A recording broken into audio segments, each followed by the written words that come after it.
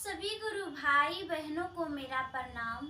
मैं शिव शिष्या गंगा जी, गुरु भाई बहन, आज हम बहुत ही सुंदर शिव गुरु महादेव का चर्चा कथा लेकर के आई हूँ। अगर आपको कथा अच्छा लगे, पसंद आए तो मेरे वीडियो को लाइक शेयर, चैनल को सब्सक्राइब अवश्य करिएगा गुरु भाई बहन।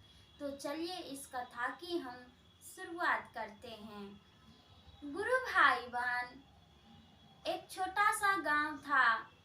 उस गांव में एक ब्राह्मण रहता था। ब्राह्मण सबके घरों में पूजा अर्चना कराता था तो उसको दान दक्षिणा मिलता था। ब्राह्मण जो भी कुछ दान दक्षिणा मिल जाए वह खुशी पूर्वक ले लेता था। जितना जो दे उतना ही सही, वो खुशी पूर्वक ले करके अपने घर आ जाता था और अपने परिवार के साथ भोजन करके फिर वो सो जाता था। प्रतिदिन ब्राह्मण देवता ऐसे ही करता था। गुरु भाई बहन, एक दिन ब्राह्मण देवता नित्य प्रतिदिन की तरह घर से बाहर निकला। एक महादेव की शिष्या थी, उसके पास पहुंचा। उसके घर में पूजा अर्चना हो रहा था। गुरु भाई बहन, ब्राह्मण देवता जब उसके पास गए तो पूजा अर्चना करवाए। शिव शिष्या बहुत ही कम दान दक्षिणा अपने अनुसार वो ब्राह्मण देवता को खुशी पूर्वक दी। गुरु भाई बहन, ब्राह्मण देवता बहुत ही प्रसन्न हुआ और वो खुशी खुशी पूर्वक वह दान दक्षिणा ले करके अपना घर आ रहा था। गुरु भाई बहन, रास्ते में भगवान शिव और माँ पार्वती वेश बदलकर बूढ़ा और बुढ़िया का एक वट वृक्ष के नीचे बैठे थे। गुरु भाई बहन, ब्राह्मण देवता वही रास्ता से जा रहा था। तब जाकर के अब भगवान शिव माँ पार्वती उसे आवाज लगाते हैं, कहते हैं, हे ब्राह्मण देवता ठहर जाइए आप। हे ब्राह्मण देवता ठहर जाइए आप। मैं कई दिनों से भूखी हूँ, प्यासी हूँ। हमें कोई भी भोजन नहीं दिया है और कई दिन से हम इधर से उधर ढनक रहे हैं। हो सके तो मेरी मदद करिए, हमें कुछ भोजन करा दीजिए। गुरु भाई बहन, अब ब्राह्मण देवता सोच में पड़ गया कि अरे, आज तो पूरा दिन में एक शिव शिष्या के पास से ही दक्षिणा मिला और वो भी थोड़ा सा, और उसमें भी एक बूढ़ा बुढ़िया है, बेचारी कह रही है कि कई दिन से भूखे प्यासे हैं। अगर हम अपना घर इस अन्न को लेके चले जाते हैं तो मेरी पत्नी, मेरे बच्चे खाएंगे, और अगर इस बूढ़ी अम्मा और बूढ़े बाबा को हम नहीं देते हैं तो फिर क्या होगा। कई दिन से तो भूखे हैं ही और भूख के कारण हो सकता है बीमार पड़ जाएंगे और मर भी सकता है। तो ऐसा क्या करे। गुरु भाई बहन, ब्राह्मण देवता सोच विचार करके अब कहता है कि हे दादी माँ, ठीक है, हम आपके लिए ये जो भोजन की सामग्री है उसी से हम आपके लिए भोजन बना देते हैं। गुरु भाई बहन, अब मिट्टी का बर्तन खरीद कर ले आया ब्राह्मण देवता। उसी वट वृक्ष के नीचे एक चूल्हा बनाया और उसमें वो भोजन बनाया। गुरु भाई बहन, भोजन बना करके ब्राह्मण देवता बूढ़ी अम्मा और बूढ़े बाबा भगवान शिव माँ पार्वती को भोजन दिए। बोले कि हे माँ बाबा, आप भोजन ग्रहण करिए।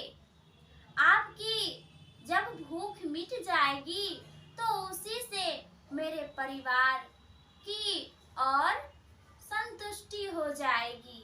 जब आप खा लेंगे, आप भोजन ग्रहण कर लेंगे तो उसी से मेरे परिवार के भी संतुष्टि हो जाएगी, पेट भर जाएंगी।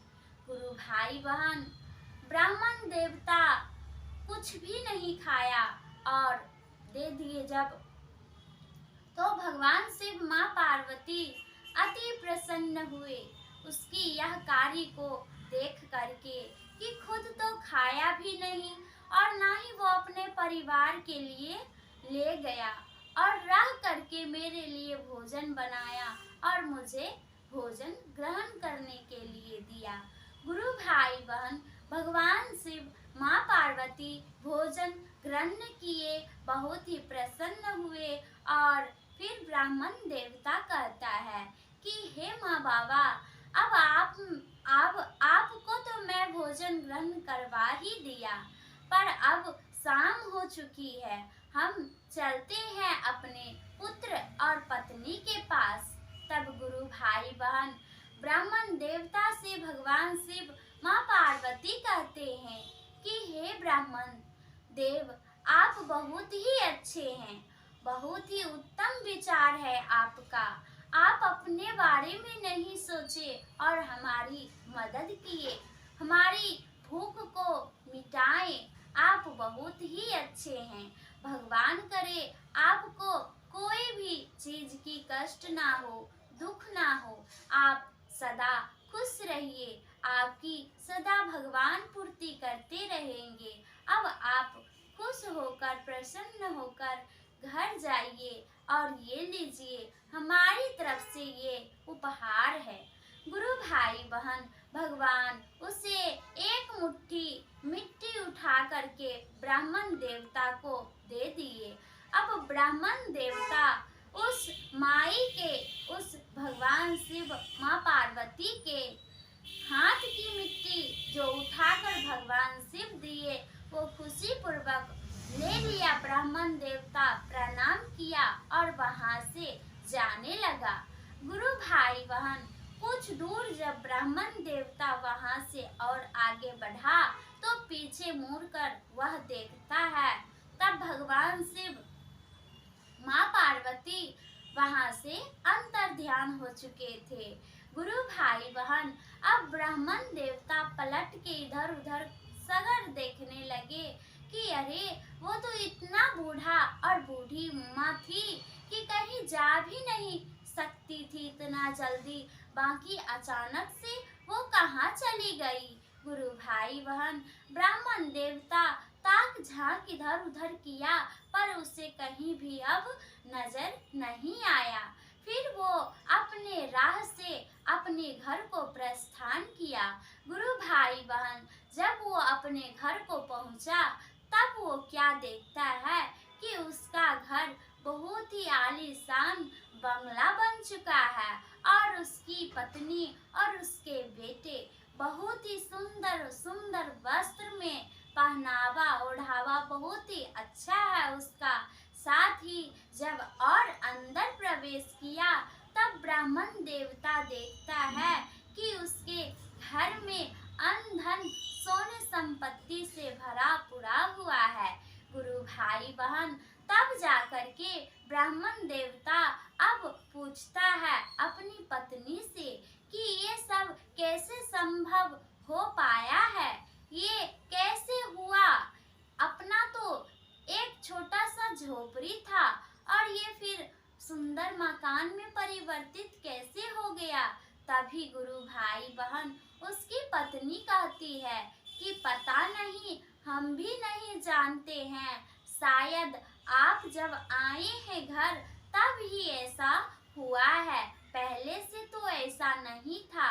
तभी गुरु भाई बहन वह भगवान को पूजने के लिए चला गया, भगवान के मंदिर।